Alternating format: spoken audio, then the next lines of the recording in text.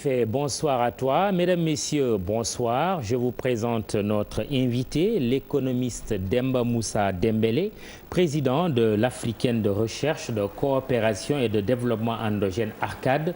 Bonsoir Demba. Bonsoir Mamoudou. Merci d'avoir accepté notre invitation. Le plaisir est pour moi. Intéressant ce que vous avez dit l'autre jour lors des samedis de l'économie. Vous prédisez la disparition prochaine du capitalisme qui est, d'après vous, dans sa phase terminale. Là, vous prenez complètement le contre-pied d'un autre économiste, l'américain Yoshihiro Francis Fukuyama, avec sa fameuse thèse sur la fin de l'histoire avec un capitalisme triomphant. Sur quoi fondez-vous votre antithèse? Merci Mamoudou. Vous savez, le débat sur la fin du capitalisme ne date pas d'aujourd'hui.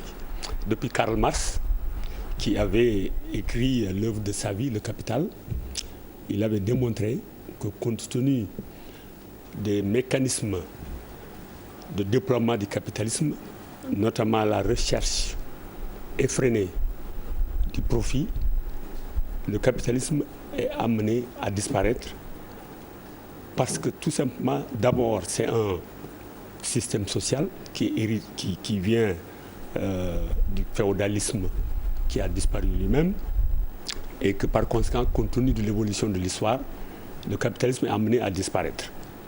Mais ce qui a... Oui, sauf que là, vous êtes plus précis. Oui, non, j'en viens. Oui. Ce qui rend la question plus pertinente, c'est que depuis 2008, avec la crise, la crise financière internationale qui s'est muée en crise économique majeure, la question de la disparition du capitalisme est devenue une question à l'ordre du jour. Et des économistes qui n'ont pas cessé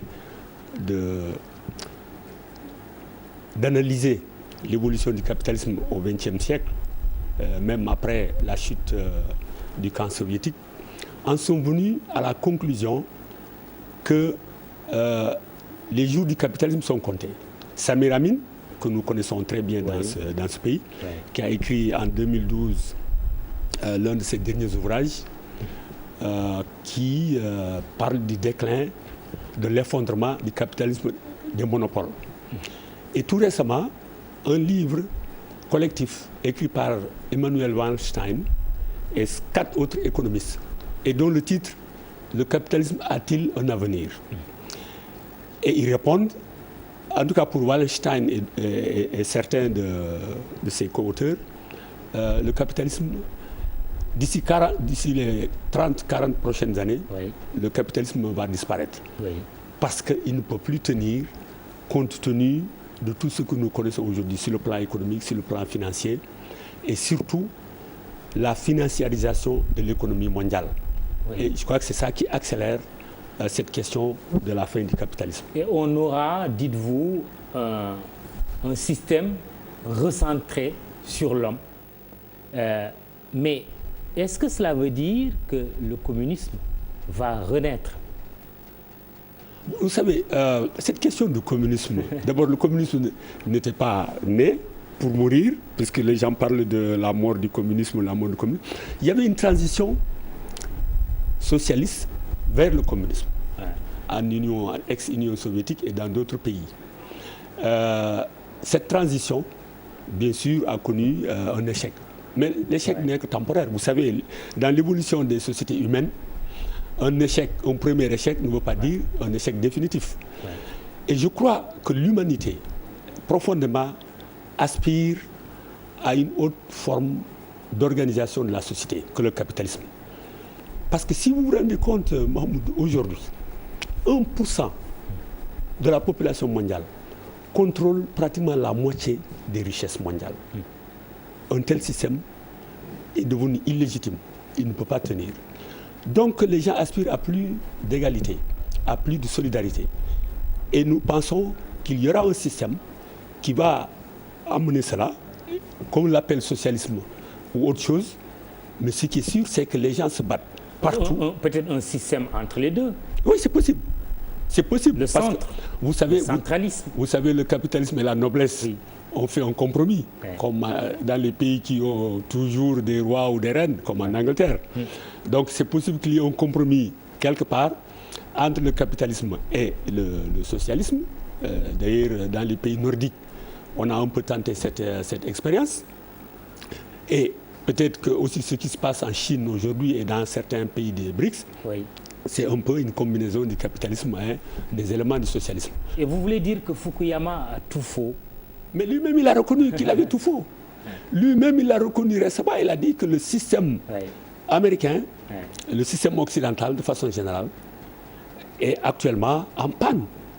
Et qu'il a cité le système chinois qui, pour lui, est beaucoup plus efficient et beaucoup plus efficace au niveau des prises de décision et au niveau même du système productif. Alors, on va parler de la Grèce, mais je rappelle tout simplement aux téléspectateurs que désormais, vous pouvez interagir avec nous dans nos éditions en nous écrivant via notre compte Twitter qui s'affiche en bas de l'écran. Demba Moussa Dembélé, parlons du nom de la Grèce aux réformes que l'Union européenne et les institutions financières veulent lui imposer. Réforme contre argent frais, la Grèce a dit non. Commentaire?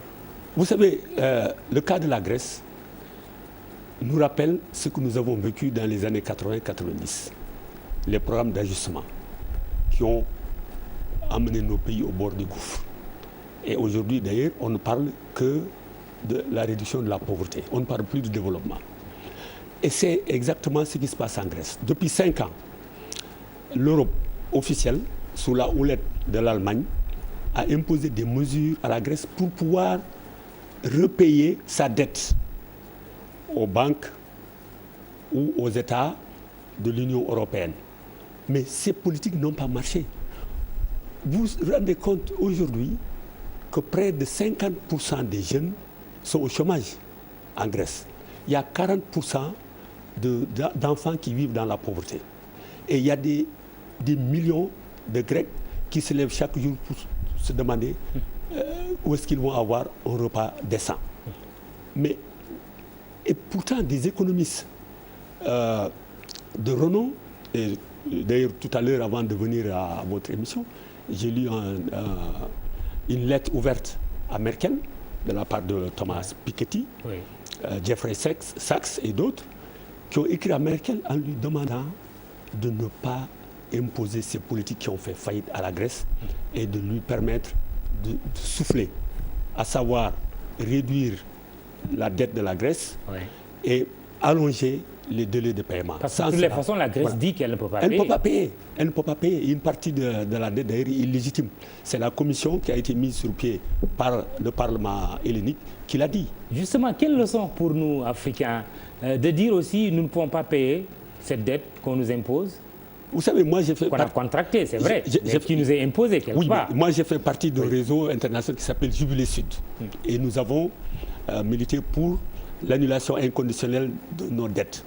Vous savez, si on regarde bien, si on analyse cette question de dette, c'est sous-bassement. On se rend compte que c'est une grande arnaque. Parce que les conditions dans lesquelles cette dette a été négociée sont des conditions inéquitables. Parce que les rapports de force sont en faveur des créanciers qui imposent leurs conditions. Parfois, on nous demande, on nous prête de l'argent. C'est à prendre ou mourir. C'est à prendre ou mourir. Et vous achetez nos produits, vous faites travailler nos ressortissants. Et après, c'est nous qui payons. Et donc, je pense que cette question de la Grèce va réveiller, en tout cas commence à réveiller l'opinion européenne. Et nous, Africains, également, nous avons une leçon à tirer, à savoir que toutes ces dettes, toutes ces conditions inéquitables imposées par les pays occidentaux sur nous, nous devons les refuser. Oui, on sait que ce nom de la Grèce peut même amener jusqu'à la sortie de la Grèce de l'euro. Justement, certains interrogent le franc CFA, monnaie que partagent les pays de l'UEMOA et d'autres pays en Afrique centrale. Faut-il un référendum sur le CFA? Est-ce que le CFA doit être considéré comme un frein au développement de ces pays africains? Oui, le CFA est un frein. D'ailleurs, si vous regardez tous les pays, il y a 15 pays africains qui partagent le CFA, si j'inclus les Comores. Parmi ces 15 pays, 11 sont classés pays les moins avancés. C'est-à-dire que leurs indicateurs de développement humain sont parmi les plus bas. Et vous indexez le CFA, la monnaie. Le CFA en fait partie. Parce qu'on nous avait dit, le CFA est un atout pour vous. Ça va vous permettre d'avoir des taux de croissance élevés, ça va attirer les capitaux, ça va favoriser une croissance, des taux de croissance même à 2 chiffres. Tout cela, c'était de la propagande pure et simple. Et ensuite, quand vous vous rendez compte que la moitié de nos réserves de change, nous sommes obligés de les déposer au niveau du Trésor français, alors à quoi nous sert le CFA? Faut-il faire un référendum? Je pense que ce n'est même pas nécessaire de faire un référendum. Je crois que les présidents africains doivent se rendre compte que le CFA a été un des freins à notre développement économique et social et prendre la décision de s'en débarrasser. Pour faire quoi à la Mais place? actuellement, vous savez, que chacun batte sa propre monnaie non. En Afrique de l'Ouest, il y a un processus qui est en cours vers la monnaie unique en 2020 au sein de la CEDEAO. Nous soutenons ce processus-là et nous pensons que cela mènera à la fin du CFA. À l'attention des téléspectateurs, quand même, il y a ce livre, justement, Zone franc et sous-développement en Afrique, de Demba Moussa Dembélé, et un autre, Déconstruire le discours néolibéral, volume des samedis de l'économie, toujours avec Demba Moussa Dembélé, économiste. Mais une dernière question. Le plan Sénégal émergent, il nous rattrape partout, on va en parler aussi ce soir. Une rupture ou une continuité de notre inféodation aux partenaires techniques et financiers internationaux? Bon, moi, je ne vois pas de rupture, parce que quand on demande la bénédiction du FMI pour valider notre plan, sur le plan macroéconomique, je ne vois pas de rupture. Parce qu'aucun pays, jusqu'au moment où nous nous parlons, aucun pays n'a émergé en suivant les prescriptions du Fonds monétaire international. Et ensuite, rappelons-nous, c'est McKinsey, je crois, qui avait en tout cas fait la première mouture, et pas l'expertise sénégalaise. Donc moi, je ne vois pas de rupture, franchement. Ce n'est pas une révolution, le non, PSE? Pour moi, ce n'est pas une révolution. On ne sera jamais émergent avec ça? Non, vous savez, le Sénégal, avec ses 13 millions d'habitants, dans ce monde de mondialisation néolibérale sauvage, je ne pense pas que le Sénégal puisse tout seul émerger. Dans le contexte de la CEDEAO, oui, cela est possible. 300 millions de consommateurs, lui et moi 80 millions de consommateurs. Exactement. Sinon, 13 millions, je ne pense pas que ce soit possible.